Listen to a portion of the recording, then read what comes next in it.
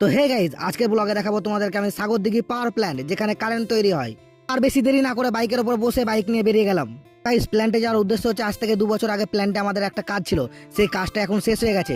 শেষ হওয়ার জন্য একটা ছোট্ট কাজ বাকি আছে, সেই কাজটা করতে যাচ্ছি।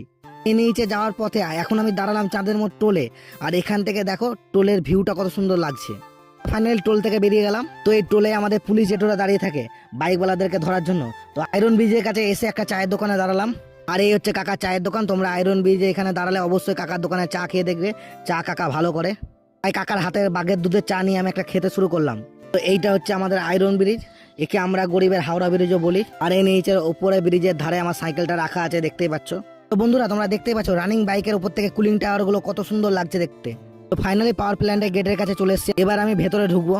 তো আমার পেছনে যে বিল্ডিংটা দেখতে পাচ্ছ ওটাই হচ্ছে জিএম বিল্ডিং। এই অফিসের ভেতরে আমার কাজ আছে, তাই আমি ভেতরে চলে যাবো এখন।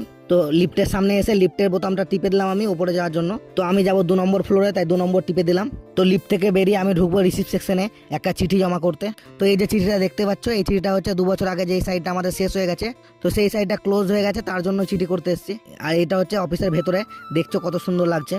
ফাইনালি আমার চিঠিটা করা হয়ে গেছে, এবার রিসিপ্টটা নিয়ে আমি বাইরে চলে যাবো অফিসের। তো আমি অফিসের বাইরে এসে দেখছি এখানে অনেক কিছু পরিবর্তন হয়েছে 2 বছরে, যেটা 2 বছর আগে এখানে ছিল না। এখানে একটা ছোট্ট পার্ক হয়েছে, চলো তোমাদেরকে দেখাই পার্কটা।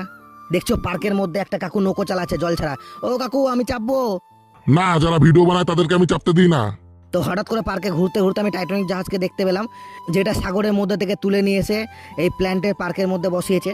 তারপর আমার পেছনে দেখতে পাচ্ছ 5000 বছর পুরনো ওয়াটারফল, যেখানে পাহাড়ের উপর থেকে ঝরে ঝরে জল পড়ছে। তো ফাইনালি আমার পার্কে ঘোরা হয়ে গেছে, এবার আমি প্ল্যান্টের ভিতর থেকে বেরিয়ে গেলাম। তো আবার আসবো, চিন্তা নাই আপনাদের। এখন আমরা চলে এসেছি পাওয়ার প্ল্যান্টে অ্যাসপন্ডে, যেখানে কয়লা পুড়ে ছাই হয়ে জমা হয় সেই জায়গাটাতে, ওটাকে অ্যাসপন্ড বলে।